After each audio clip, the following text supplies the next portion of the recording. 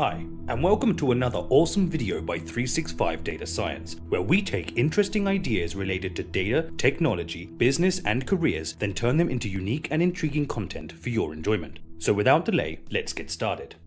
Nowadays, it feels like every week another groundbreaking invention or idea is revealed. But how did we get here?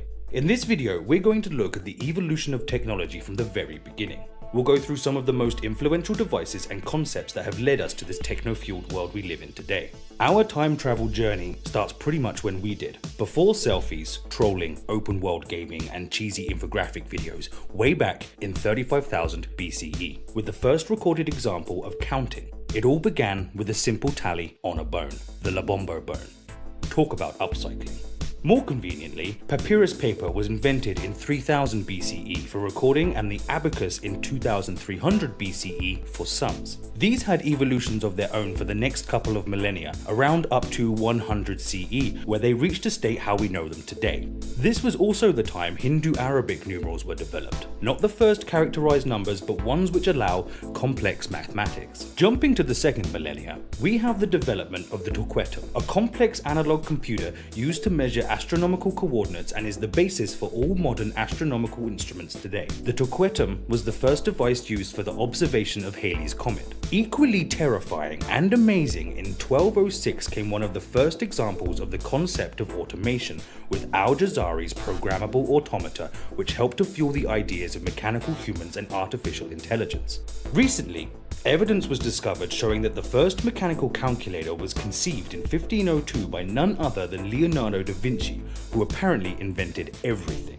However, nothing came of it, and after a few manual calculation systems, the first mechanical calculator was realized as Pascal's calculator in 1642. Shortly after that, we got the binary system. But it wasn't until the 1800s that the technology was advanced enough to take advantage of it, starting with the Jacquard loom, which used punch cards to automatically weave designs, then leading to Babbage's concept of the difference engine and later the analytical engine. Unfortunately, these last two projects weren't actualized due to funding, but that did not stop the world's first computer programmer, Ada Lovelace, from seeing how they could work and writing the first ever algorithm. Then, we literally captured lightning in a bottle and harnessed electricity. We performed the census with a tabulating machine for the first time. The triode was invented, which was essential for the development of television and radio.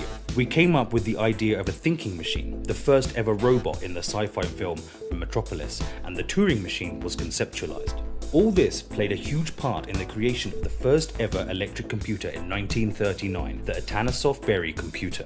Work on the Atanasoff-Berry was discontinued due to World War II, but other computers built for the war effort like the Colossus and Zeus Z3 were developed. During the war, a model for computational neural networks was created.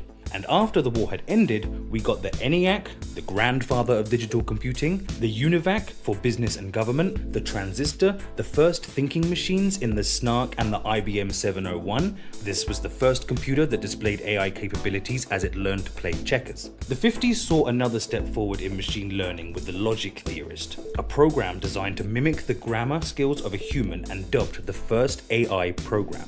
This decade also sees the integrated circuit, which in the 60s was starting to be used in digital computers. This gives us the first ever mini-computer, the PDP-1, which in turn creates the need for the mouse and graphical user interface. We also get ELIZA, the first ever chatbot. The end of the 60s saw programmable calculators, supercomputers, operating systems, and the introduction of ARPANET, the internet's humbler and less complex older sibling. And of course, the Apollo guidance computer. The 1970s saw these technologies become commercial, and with that came a flood of new developments. The Honeywell 316, Canon Pocketronic, the first DRAM and microprocessors, the iconic floppy disk, the first humanoid robot, and the first commercially available microcomputer. The decade saw plenty of improvements to the technology, including Microsoft's first programming language and IBM's and Apple's original entries into desktop computing.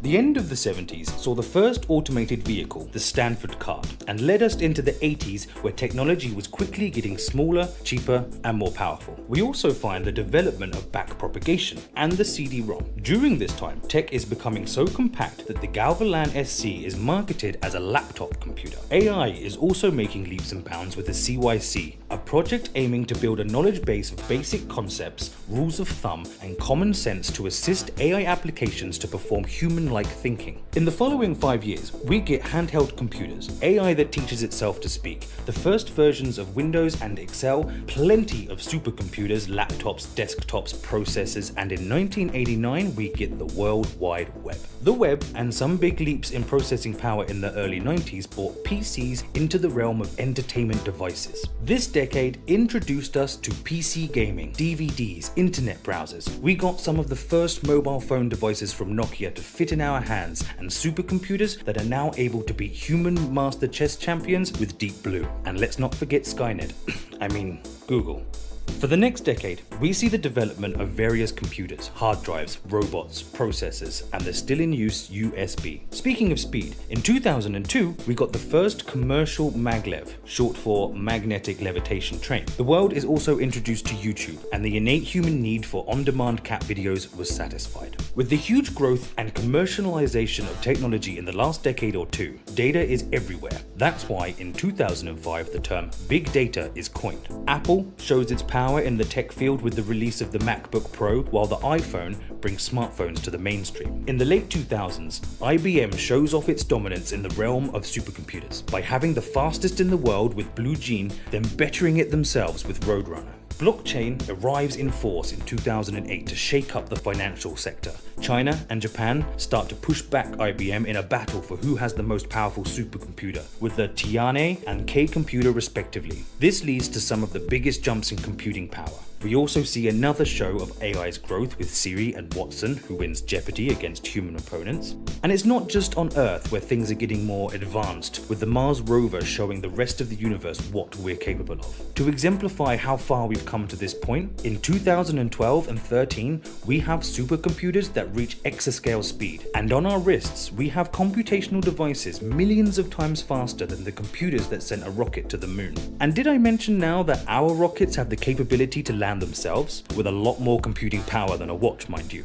By 2016, we've officially reached sci-fi territory, with self-aware Sophia, 3D printed prosthetic limbs, and realistic virtual reality. At this point, we're also looking at molecular computing, because humanity loves making small tech, especially things like almost paper-thin laptops with incredibly fast processors and cancer-fighting nanobots. And because we also like to show off, we have the fastest supercomputer at 200 petaflops with Summit. New grounds of travel and AI combined with the Model S and Atlas, who puts many of us to shame with his precision parkour. We really are in amazing times.